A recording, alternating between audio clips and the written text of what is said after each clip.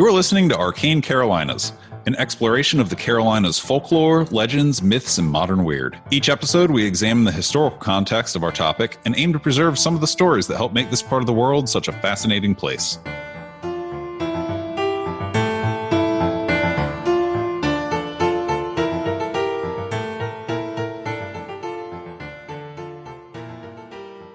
Welcome to Arcane Carolinas. I'm your co-host, man getting by on a Friday, Charlie Mushaw.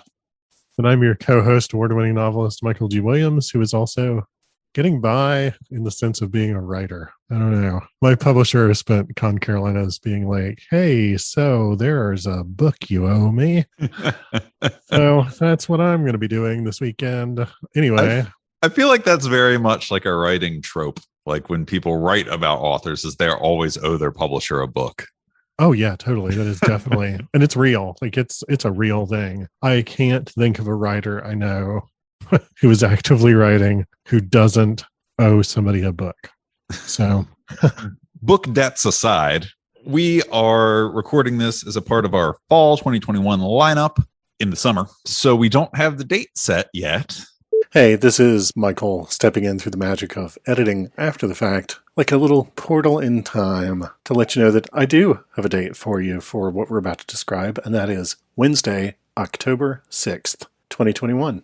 See you then. But we do know that we're going to be doing a live stream this fall with giveaways and lots of fun games, and it will be at a time in the evening that is not too late, not too early, and we're not going to take one of your weekend nights away from you, or ask you to give one up, rather. We're going to ask you to give up a weeknight to hang out with us for an hour or so. Please check our social media accounts for information on that. Yeah, and by then, it's going to be a totally different book that I'm behind on, so, you know. And then you'll be behind on the next one. Exactly. Again, we don't have a date set for that yet. Apologies for the recording. However, Twitter, Instagram, Facebook, you can always email us at arcanecarolinas@gmail.com, and we will get you that information. Also, I'm going to say this at the beginning of the episode. It'd be really cool if you gave us a rating or a review. Yeah, that would be really delightful. If you like what you're hearing, you should give us a review or a rating in the podcast app of your choice. Super easy to do, and we appreciate it. All right, I'm going to shut up now. Okay. You don't need to shut up now. You're good. This podcast is brought to you by me talking about stuff. Literally every podcast ever is not about you talking about stuff, just like every podcast is somebody talking about stuff. So let's talk about the Pink Lady of the Grove Park Inn in Asheville, North Carolina. Ooh, a ghost story. This is a ghost story, and it's a really fun ghost story. It's got some interesting twists and some interesting variations. Whenever we go into a ghost story, there's always this question of like, will we be able to find anything to back it up? Is the story itself sort of automatically sus by virtue of, you know, too many details, too few details, whatever? And this one sits very interestingly in the middle. I love that. Yeah, we'll get to like my feelings about it later. For now, because this is so tied to the location, and because there are things about the location that are extremely important to being able to sort of visualize this story, then I'm going to start with a little bit of history about the hotel itself, the Grove Park Inn. It was built in the early 19-teens. It opened in 1913. It was built by Edwin Wiley Grove. He was this self-made millionaire who was born in Eastern Tennessee. He grew up in a very low-income family, very low-resourced. He was born in 1850, and after he fought in the Civil War, which means he is one of the many people who fought in the Civil War as a child, which is terrifying, he decided to go make himself rich and basically never have that life again. And he's from Tennessee. Yeah. Did he invent the moon pie? He did not invent the moon pie. I was really hoping you were going there, but go ahead. Okay. That's an interesting thing because it's not exactly related to the moon pie, but there's sort of a train of thought that can connect it to the moon pie. All roads lead to moon pie. All Tennessee roads, anyway. Yes. There's probably a song about that, and I've probably never listened to it. It's the least popular John Denver song. All roads lead to moon pie. It's like the ultimate B-side. So Well, let's see. We've got country roads or moon pie roads. Let's go with country roads, John. Different state, but it's okay. So Grove made that fortune selling something called Grove's Chill Tonic, which I think is it's an amazing name. I have so many comments I'd like to make, but you listen to the name Grove's Chill Tonic through sort of the filter of modern day slang. There are like so many different ways to go with it. Yes. I enjoy a good chill tonic. Who doesn't enjoy a chill tonic? However, it was a medicinal syrup that contained quinine. Oh, nice. Yeah. So quinine, if you're not familiar with it, it reduces or eliminates fevers that are experienced by malaria sufferers. Malaria is distinct from yellow fever. They're sort of conflated in the average person's. Did this guy actually invent tonic water? Sort of. So he invented a variation on tonic water. So I did not know this going into this episode, but malaria and yellow fever are distinct diseases. They're both spread by mosquitoes. My misunderstanding previously had been that they were the same disease. Yellow fever, however, is distinct from malaria. Yellow fever kills you. Malaria just gives you really horrible fevers multiple times a year for years and never actually kills you. Yeah. And it turns out malaria was a real problem in Central America. It's one of the big things that was affecting the construction of the Panama Canal. And tonic water was invented in the 19th century in order to basically deal with malaria among people who were in places along sort of the equatorial belt around the world. In fact, tonic water was invented by British colonials in India because there was a big malaria problem there. And they invented gin and tonics because quinine is very bitter. Tonic water containing enough quinine to treat malaria tasted very bitter. And so they mixed it with gin and lime juice in order to cover the taste. And it's delicious. Yes, there you go. That's my chill tonic. So quinine doesn't cure malaria, but it does greatly reduce the fevers and the physical effects of malaria so that it makes it possible for people to basically just go about their lives. And those fevers, of course, were referred to as chills because the person with the fever would experience it as being very cold. And so Grove's Chill Tonic was a quinine medicinal syrup that treated that fever. Cool. So quinine, actually, a little bit of medical history because it connects to modern day events in a really fascinating way. Quinine was discovered as an extract from a specific tree bark native to Peru. It was very likely used by indigenous people to treat malaria prior to any European arrivals. But the first recorded use of it that we have is actually the 17th century. And nobody really knows how it works or why it works. They think that it's probably toxic to the microorganism that causes malaria, but nobody's ever really been sure. Quinine, like I said, it's super bitter. Tonic water was created to make quinine more palatable because originally they tried to get people to just eat the salt that contains quinine that can be produced. And that did not work at all. So it's terrible. Take your medicine. Right, exactly. Apparently it was so awful that people would rather have the fevers. Quinine, it turns out, is also super bad for you. It has a list of side effects as long as your arm. It's like listening to the end of one of those drug commercials, but for like 5 minutes. They still put it in tonic water, though. Yes. And it caused, among other things, dizziness, blurred vision, headaches, and slurred speech. That's just the gin. That's just Go ahead. I think they're making the wrong guy the bad guy here. I actually have in my notes, it's possible that these side effects were just from the gin. But these days, tonic water does contain a very tiny amount of quinine, but it's much less than it was at the time of tonic water's invention. So you're probably entirely safe with your tonic water. Because it says it right on the bottle. You get the little yellow bottle from the grocery store and it says with quinine. Yeah, totally. And it does contain quinine. It just contains like 1/10 of the quinine that it used to, or something like that. It contains a fraction. An interesting side note, this is how toxic quinine is. Hydroxychloroquine, which we know from recent events as certain former politicians decided to endorse that as a drug to take against COVID-19. Right. Which kills people dead on the regular. It is a very toxic drug. Right. It is a less toxic derivative of a different drug called chloroquine, which was developed as a less toxic alternative to quinine for treating malaria. Wow. So quinine is really bad. Oh, yeah. Quinine is like super bad. Like, I didn't doubt you when you said like it has adverse health effects, but when you run through that there has been subsequent iterations that even today people complain about. Wow, neat. Look at that. Yeah. Look at that connective tissue to the present. There you go. I love it when history brushes up against our modern lives. And so in my notes, I have, so kids, don't go pouring quinine syrup on your pancakes unless you've got the malaria real bad. Real bad. Real bad. So anti-malaria tonics were really popular at the time in the United States because malaria was endemic throughout the Southeast and the Midwest. And ultimately, malaria was eliminated in the United States by this big organized 13-state public health effort to reduce mosquito populations using DDT, which, maybe not that great. Worked out. Yeah, that was really wonderful. But it did get rid of malaria. And they did a lot of things like draining swamps and eliminating standing water. An interesting side note, I have always wondered why the CDC, the Centers for Disease Control, were located in Atlanta.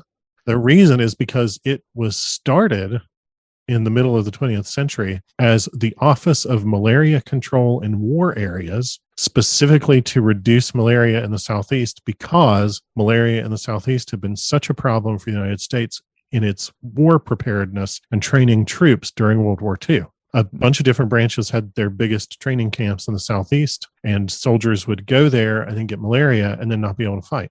Yeah, interesting. So the federal government opened an office dedicated to coordinating efforts to reduce or eliminate malaria in the United States. And eventually that became the CDC. So something else interesting that, and this is just off the cuff, I have not researched this at all because this is your episode. So I just showed up today.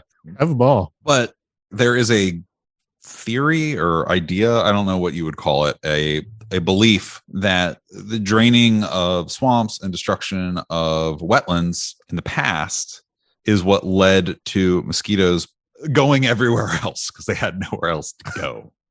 Really? I didn't know that. Basically, yeah. And part of, you've heard of like wetland restoration grants and stuff like that. Part of the idea is that you would then create these microenvironments where you restore the way nature had intended. And, the biome of that wetland would also be a place for the mosquitoes to go so that they would no longer be in everyone's backyard in North Carolina.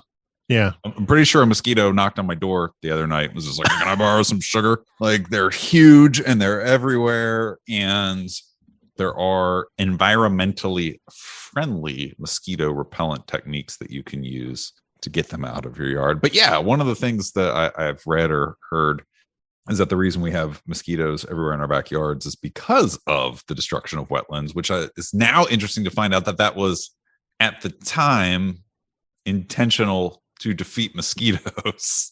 Yeah. You know me, I went way down a weird rabbit hole on this, and I'm not inflicting on everyone else, except that I am very briefly. I looked at maps of malaria in the United States at different points from the late 19th century to the middle of the 20th century. And it's this huge blob that's basically the entire Southeast and the Mississippi, all of the region around the Mississippi, wherever the Mississippi goes.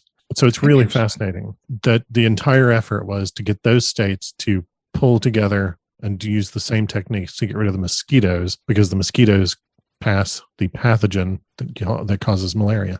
And the twist here is that the pink lady is actually just a swarm of mosquitoes. So this was so bad that at one point in the 1890s, Grove's Chill Tonic, the guy who built Grove Park Inn's medicinal syrup, outsold Coca-Cola. People would rather have malaria juice than cocaine juice. Yes. That's how bad it was. When Coca-Cola had the real stuff, then people were still buying the quinine syrup instead. You want the bug juice or the cocaine juice? I'll take the bug juice. When this fever breaks, I'll be back for the other one. So Grove was referred to Asheville, North Carolina by his doctor as a place that would be good to help him overcome a decidedly different ailment, chronic hiccups. Get out. I'm not kidding. He got severe hiccup attacks lasting weeks at a time. Oh.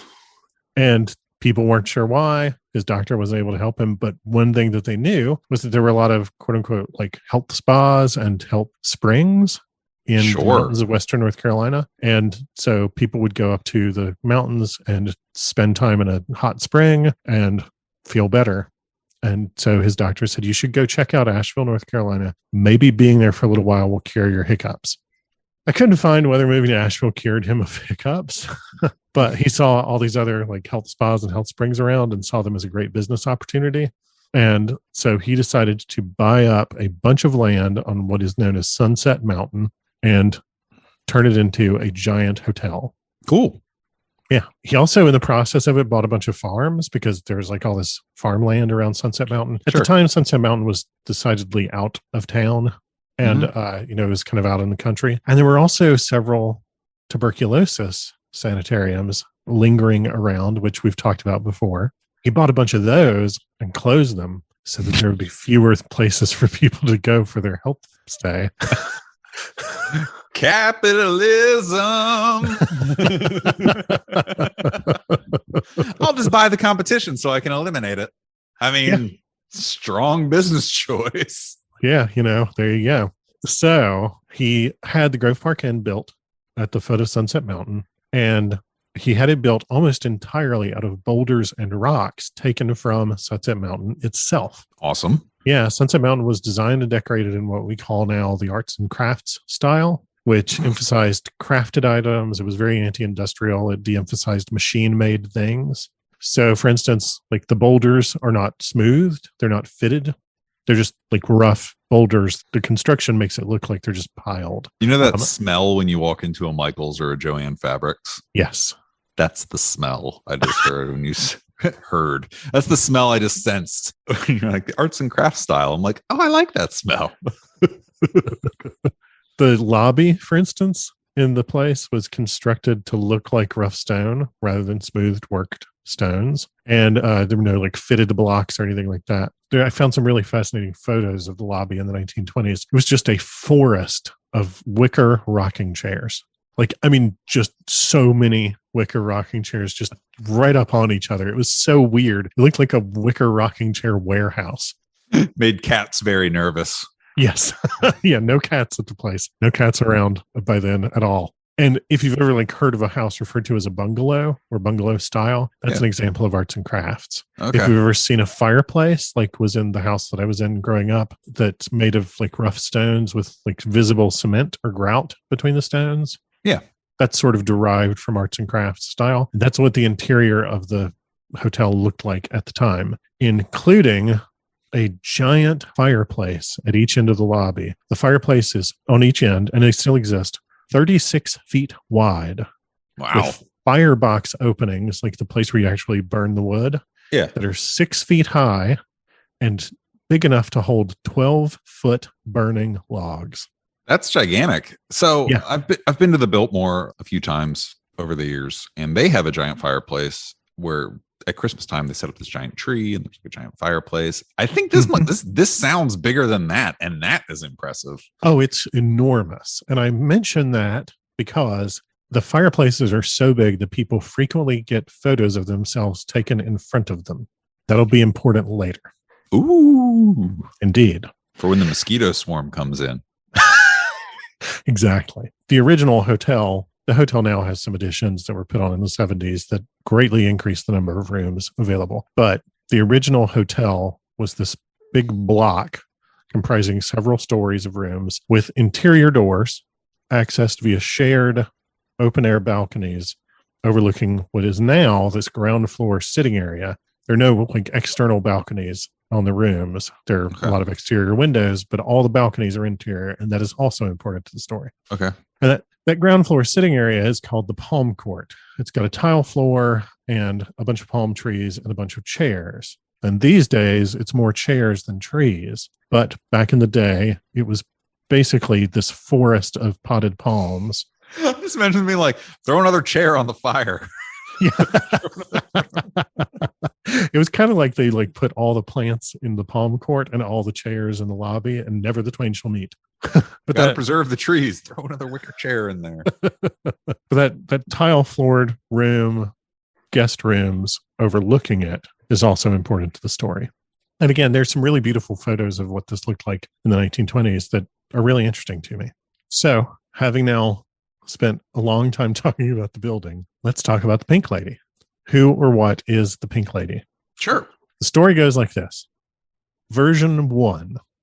In the 1920s, a young socialite staying in room 545, so several floors up, leaned over the railing of that balcony to admire the palm court 4 stories below and slipped, falling to her death. Her ghost, dressed in the same pink ball gown she wore that night, has been seen on occasion ever since. She reportedly favors very cold weather, suggesting that she might have died in the winter to make her appearances, and for the intervening century has played harmless minor tricks on guests staying in room 545 and other rooms on the 5th floor. Rearranging items while they sleep, opening exterior windows, turning the lights on and off. She messes with the thermostat, and occasionally she supposedly wakes people up by tickling their feet. Okay. So I knew this is the version that I had heard many years ago. I did not know about the tickling. Yeah, that part is weird, and I saw it noted a couple of times, so I'm including it. But I'm also like, really? I don't know. That's like such a weird. That of all of these is the most invasive part of it. Oh, like the waking up and finding that my stuff has been moved around a little. As long as I know the door was actually locked, great, fine, whatever. I don't care. She can go through my wallet, but when she starts messing with my body, it is not okay. So like that's what would get me out of the room. This is like the Maddie Grissom story from Newsom with the tucking in. Yes, very much so. Yeah. And in fact, 545 is, still an active room, and it's the same room it always has been. They haven't changed the numbers on the main block of rooms that is original to the hotel. So if you go to the Grove Park Inn, you can ask specifically to be put in room 545 if you want to. I bet people do. Oh, they do. That's definitely a thing. It's also said that she is particularly drawn to children who stay at the hotel, especially ones who get sick while they're there. She's reportedly been seen at the bedsides of children who are ill during their stay. And with kids who are not sick, she often is seen or reported playing with them, like in the hallways. And she'll like go up to children, and children staying at the hotel will report that a woman in a pink dress came up to them and wanted to talk to them and played with them and played games, and that they had a great time. And that part of it is very similar to the Little Red Man. It is. And very much the opposite of The Shining. Very much the opposite of The Shining. If you have an unstable family and an unstable psychic child, do not stay at the Grove Park Inn. You never know what you're going to get. But if everybody just wants to go play with a lady in the pink dress, then have a ball. There is an oft repeated but uncredited account that a doctor at some point in the 20th century stayed there in room 545, and that on checking out, he left a note thanking the hotel for the staff member dressed in pink who played with his kids the whole time because he kept them busy and they had a great stay. Apparently, he left this note and the hotel has no idea who he's talking about, and etc. Freaky. She's also been seen hanging around those huge fireplaces in the lobby, including appearing in photos that people take there as a previously unnoticed pink mist or pink hazy figure. You keep saying that has been seen, has been photographed. This is like pretty well documented, it would seem, that it's accepted that this occurs. Yeah, definitely so. Cool. Staff, modern and historically, including construction workers that were there during this major renovation in the 1950s, some of whom refused to work on the 5th floor after their stuff got moved around, and guests. So the people who work there, the people who worked there temporarily across many decades of time. I'm in. I like this. This is great. Okay. And the people who stay there have all reported ever since the 1920s cold spots, plunging them briefly into freezing temperatures, especially on the 5th floor, especially right outside 545 or in 545. But a lot of people also sort of go with the like bad vibes, like, they feel stuff that's weird. They just might need the tonic. They might need the chill tonic. Oh, they might need a chill tonic. You never know. And in fact, the cold spots is what made me really like zero in on the fact that he had something called chill tonic. But they'll also, those sorts of experiences also occasionally do accompany a sighting of a woman in pink or an unexplained pink mist appearing, out in the open. Chill tonic for mosquitoes and ghosts.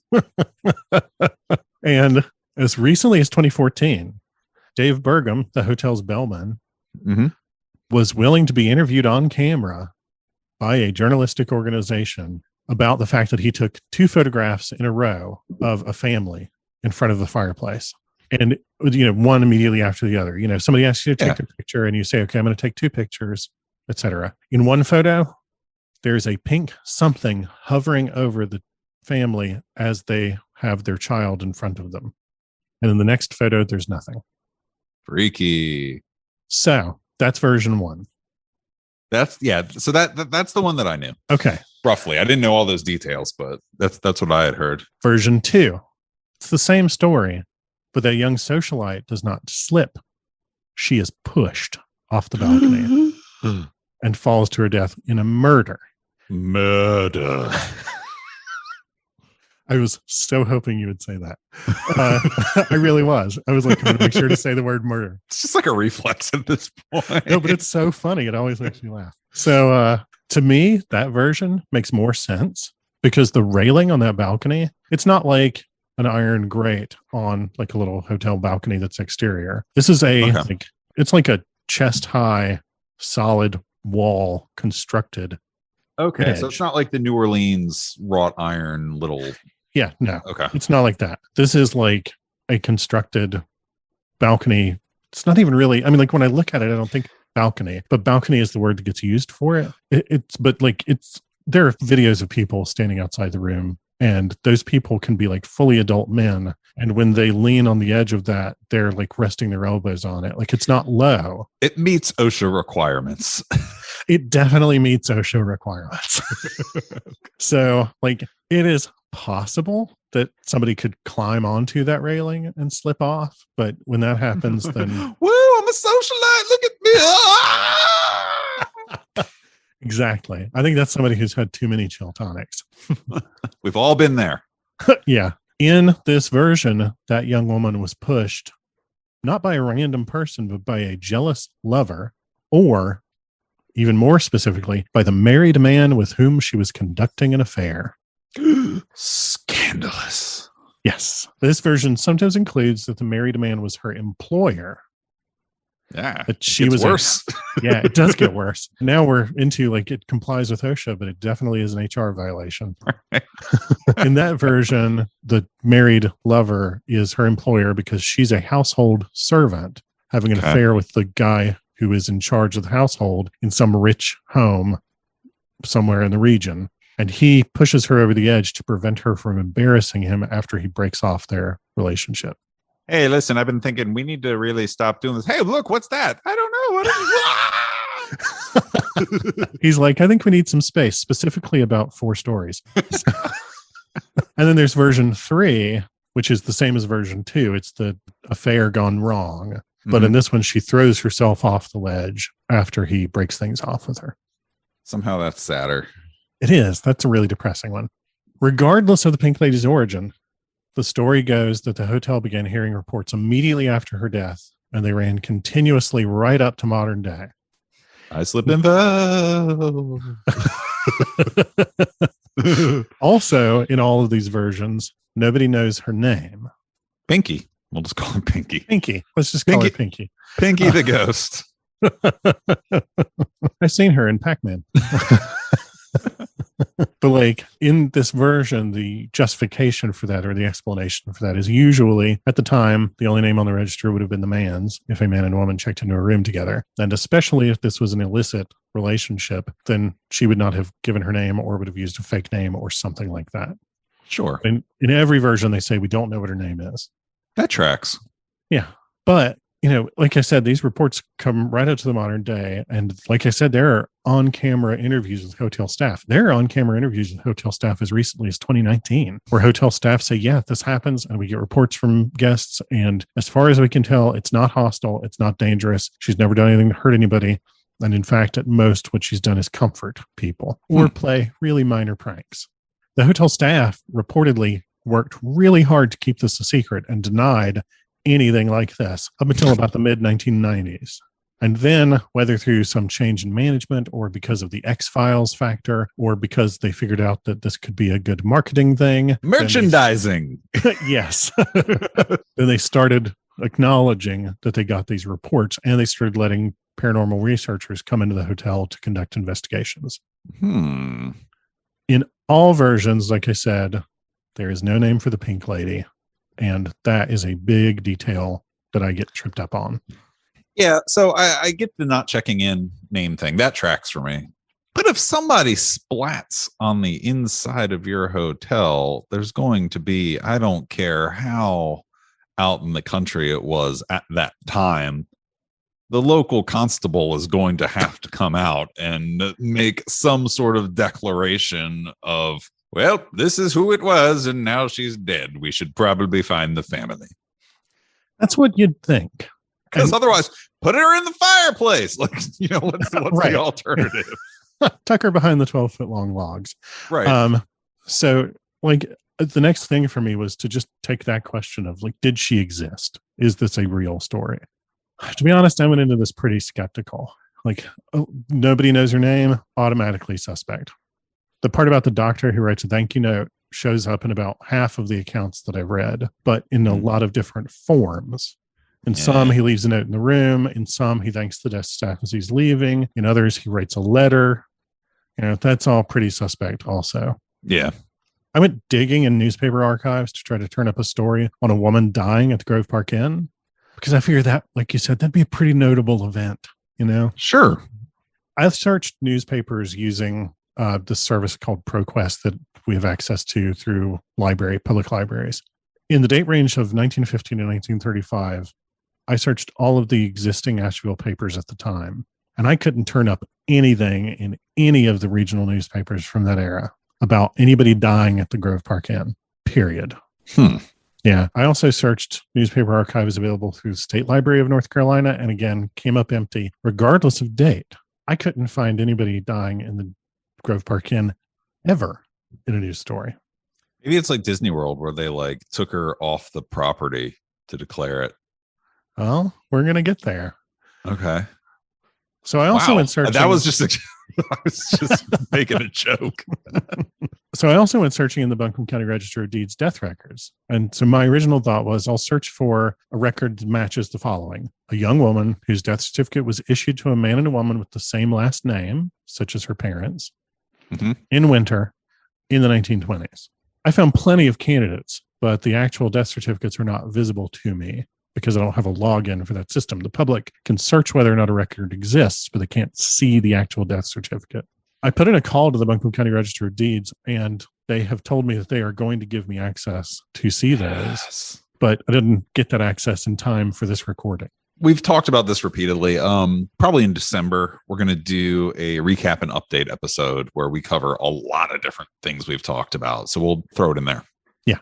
That said, the existence or non-existence of a death record might be meaningless because vital records were pretty new in North Carolina at the time. North Carolina didn't start keeping that sort of vital record as a public function until roughly the time that this happened, a little bit before the time that this happened, but it wasn't fully in effect and the records weren't being consistently kept everywhere at this time. In fact, at the time, churches kept more vital records than state entities. Counties just weren't that great at it yet. And so, if you've ever done genealogical research at that time, it's possible to find stuff in church records, especially church graveyard records, but it's very difficult to go earlier than, say, 1915, 1920 and get public records. Sometimes people will scan their family Bible where in the front important dates had been written and stuff. Individual counties did their own thing and there were fires, and we've talked about this at length. Water damage. So definitely hit or miss. And in fact, in my own family, my grandmother, no pun intended, religiously updated the family Bible with births and deaths and that sort of thing because she had been raised that was the official record. Right.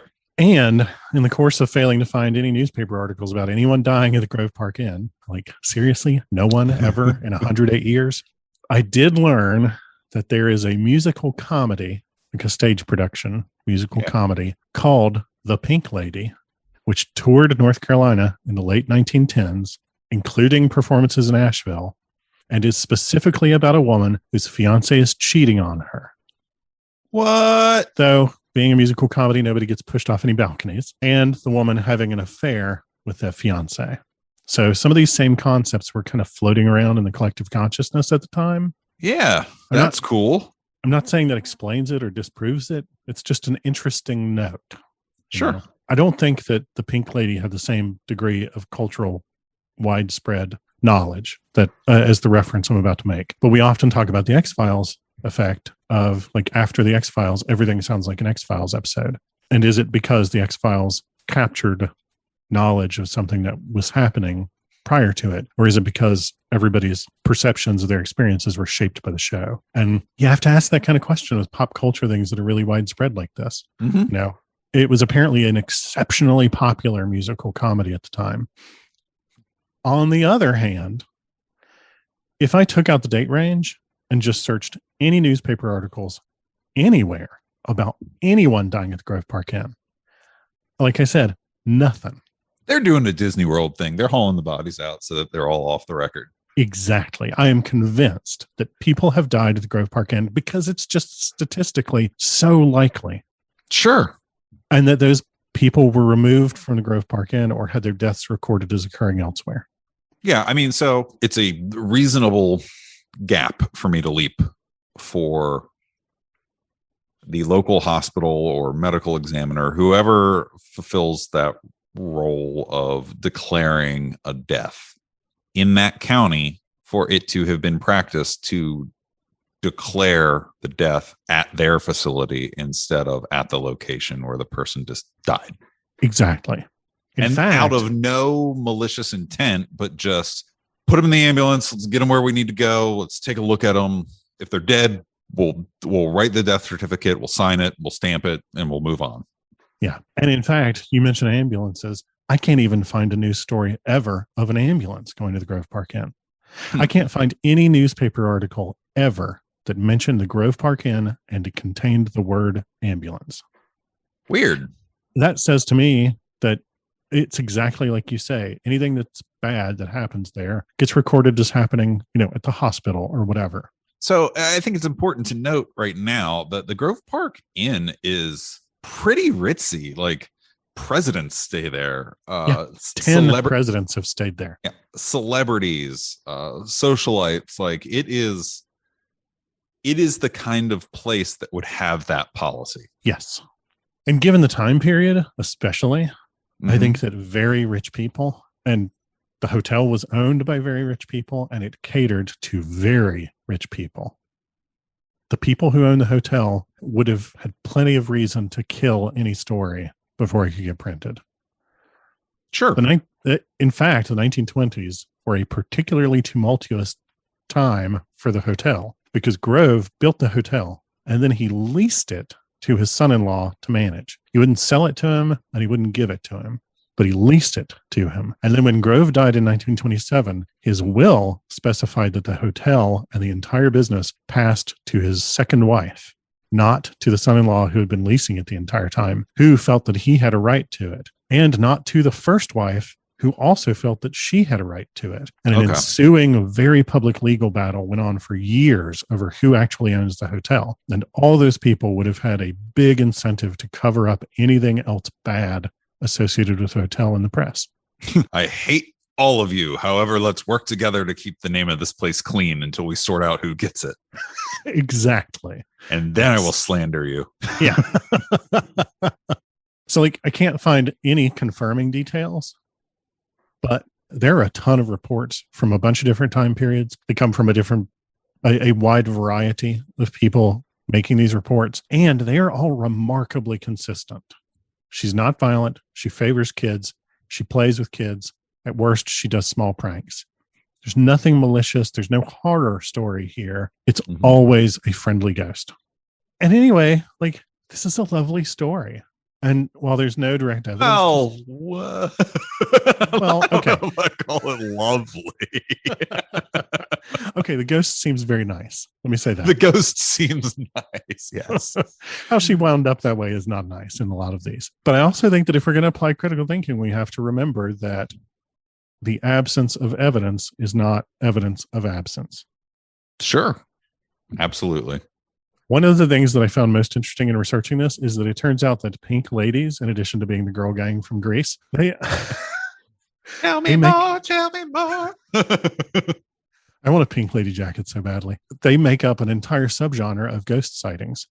In the course of researching this, I found pink lady stories in Yorba Linda, California, Greencastle, Indiana, Stirling Castle in Scotland, where I've been, and it's super cool, and a bunch of other places. In fact, there is at least one video out there on the internet in which a quote-unquote researcher claims that they are presenting photos of the pink lady of the Grove Park Inn. But in fact, they are presenting photos of the pink lady from Greencastle, Indiana, because I watched a bunch of other stuff about her after realizing I'd seen that photo in one of the videos I started and then stopped. Nice. This brings up one of my pet peeves, which is people just recycling other people's crap. Yeah. This whole story very much falls victim to that trend in paranormal. Again, I'm going to use air quotes, research of people posting and reposting the same flawed source material without attribution, without investigation, and without checking it.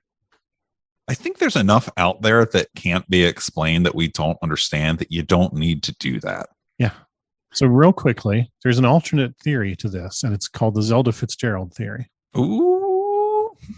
There's a version in which the pink lady is actually Zelda Fitzgerald, noted artist, writer, and widow of F. Scott Fitzgerald, who wrote The Great Gatsby. Right. For 2 years in the 1930s, F. Scott Fitzgerald lived in the Grove Park Inn while Zelda was being treated in Highland Hospital. What we now might call a mental health facility, but at the time, it was an old school horror movie asylum. F. Scott Fitzgerald died in 1940 after an especially tumultuous falling out with Zelda, who spent the next several years in the Asheville area and sort of in and out of Highland Hospital. She died there in 1948 while, and this is really horrifying, while locked in an electroshock therapy room awaiting electroshock therapy because a fire broke out in the kitchen and spread through the hospital so quickly that no one could be rescued. That's awful. Yeah. This version posits that Zelda's ghost might have gone to Grove Park Inn after her death, since the site of her death was completely destroyed, and because that's where F. Scott Fitzgerald lived the last time that they were ever anything resembling happy. Personally, I discount this version entirely as having zero chance of being true because the timelines don't match up. It feels like a Blackbeard's ghost situation where they're just like, just cram this famous person in. Yeah, it is more than likely just a big old stretch and a conflation of two notable things in Asheville. A couple of other interesting historical notes about the Grove Park Inn. The Grove Park Inn was used as a very posh prison for diplomats and officials from the Axis powers during World War II. I'm not kidding. They were arrested. It was very nice here. That's exactly the sort of place it was. It was basically reverse Hogan's Heroes with room service. And Hogan's Heroes just dated me as being 700 years old. They were taken there. They were put up in guarded isolation, though they were allowed to go into Asheville to shop as long as they had military guards with them. I would like to go do some shopping. I hear the Biltmore is very nice in the gift shop. It's funny you mentioned the Biltmore. It's pretty nice, the Grove Park Inn. It's a pretty nice place to be imprisoned if it has to happen. It was sufficiently comfortable for high-ranking prisoners and sufficiently far inland and isolated to keep them contained and prevent them from communicating with the hostile governments that had sent them here. Basically, the mountains were safe from bombing raids, and it took forever to get to them or away from them at the time. Ironically, a bunch of the National Gallery of Art's holdings, including the portrait of George Washington that you think of when you think of George Washington, was stored at the Biltmore estate in Asheville at the same time. The music room of the Biltmore estate was converted into a fireproof vault and used to store items from the National Gallery of Art to keep them safe from those same diplomats' countries for the same reasons: remote, secure, and hidden. I love it. So somewhere there's a caper film where someone intentionally gets arrested and sent to the Grove Park Inn so that they can go on a field trip to the Biltmore to steal art. Yeah, totally. I would love to watch that. That would be amazing. It's also been rumored for years that the Grove Park Inn was designated as the U.S. Supreme Court's fallback location for continued operations in the case of a nuclear attack during the Cold War. Interesting. Yeah. These days, the Grove Park Inn, it's owned by the Omni Hotel chain. It's a 4-diamond hotel with a world-renowned subterranean spa. There's some really cool pictures online, multiple gourmet restaurants, and luxurious accommodations. When I was in high school, it was where the really rich kids went for dinner on prom night. Yeah, I can't swing it. Yeah. A couple of years ago, I was like, oh, we should go to the Grove Park Inn. It's famous and it's probably really nice. And we could do like a night there. And then I looked up the rates and was like, nah, I'm good. Yeah. If you can stay there, awesome. Good on you. I hear it's very nice. It looks very nice. Yeah, it looks really great. It's also a popular destination now for high-end weddings and political conferences and things like that. You know, like governors' conferences will occur there, that sort of thing. And you think they'd even let us in? You can walk in and just wander around. Yeah. Okay. There are a lot of videos on YouTube of people who just walk in and wander around, shooting footage of their feet as they walk around because they don't have permission to shoot footage in the Grove Park Inn. There's some real garbage out there. I'm just going to be honest. So you had specifically asked me to talk about when did I first hear about the Pink Lady? Yes. In high school, a friend of mine would go to the Grove Park Inn just to walk around and hope that she saw her. That's fun. Yeah, that was the first time that I heard about her, but I didn't know anything about the story. All I heard at the time was there is a ghost of the Grove Park Inn called the Pink Lady. I thought that this person was making it up. I had heard nothing about her before and very little after. I grew up hearing all about Helen's Bridge in Asheville and all about the White Horse, the Death Rider of Rugby Grange, which is a particular estate that's across the street from where I went to junior high, and more things like that that are local. The Civil War Rider of Fletcher, things like that. But I never heard about the Pink Lady until high school. And then I didn't hear of her again until something like 3 years ago. The Pink Lady is definitely one of those Asheville stories that are more familiar to visitors than to natives. Partly because it's tied to a hotel that nobody local can afford to stay at. And partly because the people at the hotel supposedly were suppressing the story for decades. So I first heard about it in 97 or 98 when a family friend was getting married in Asheville and got into town like a day or two early to hang out, as you do.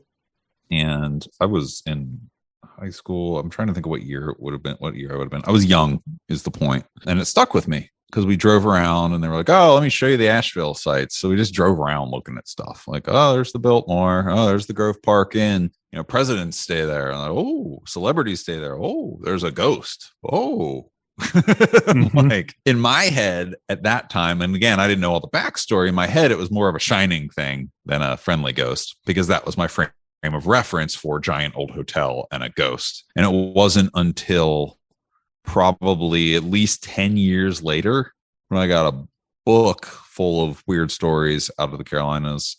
And that was in there with version 1 of your story that you shared. So yeah, it's just interesting. As a visitor, it was one of the first things I was told about Asheville, which is why I wanted to hear your perspective as a native. Yeah, it was not something that came up for us until somebody that I knew happened to know the story. That was the only time that I ever heard or talked about there. Marketing. They should make Pink Lady merchandise. One day I'll be super rich and I might stay there for a night or two. But I mean, I'd love to. Something that we've talked about, and we've kicked this around, and our Patreon backers have voted on it. That I'll share is that not in the immediate. So if you're hearing this in the fall, it's not going to happen this fall. One of the things that we want to do is identify a small inn or B&B somewhere that is allegedly haunted. And we have a few leads. If you have any that you'd like to share, please send them to us through our email. And basically rent the whole place out and invite whoever wants to come hang out to do like a spooky inn night. And, you know, we've met enough paranormal researchers through doing this show that we could have one or two out to use their tools and their tricks and talk to people and show them this is how I do this and this is how I do that.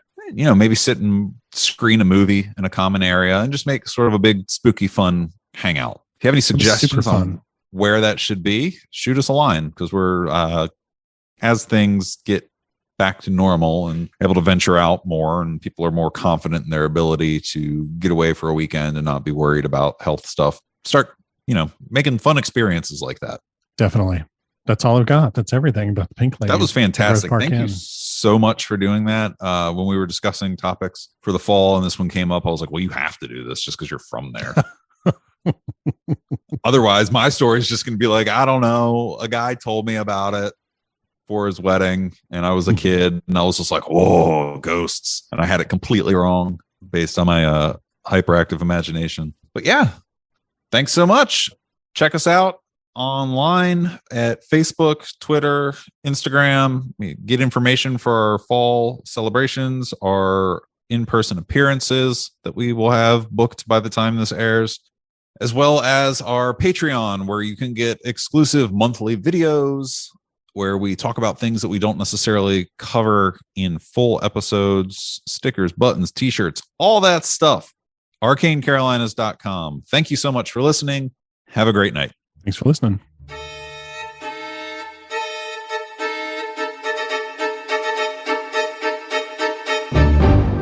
You've been listening to Arcane Carolinas. Thanks for joining us. If you liked it, give us a rating, leave a comment. If you didn't like it, send us an email and tell us why. If you're not wrong, we'll try to fix it. And if you're interested in award-winning speculative fiction, including science fiction, urban fantasy, and horror, find me, Michael G. Williams, at www.michaelgwilliamsbooks.com, and check out Falstaff Books at falstaffbooks.com. If you'd like to pick up some Arcane Carolinas merch, look at behind-the-scenes info, pictures, videos, stuff like that, all the things that get cut, check out arcanecarolinas.com, where you can get access to our Patreon, our Facebook, our Twitter, our Instagram, all that in one place, including the merch store. Buy a shirt. Clothe your body. Drape your body in our wares.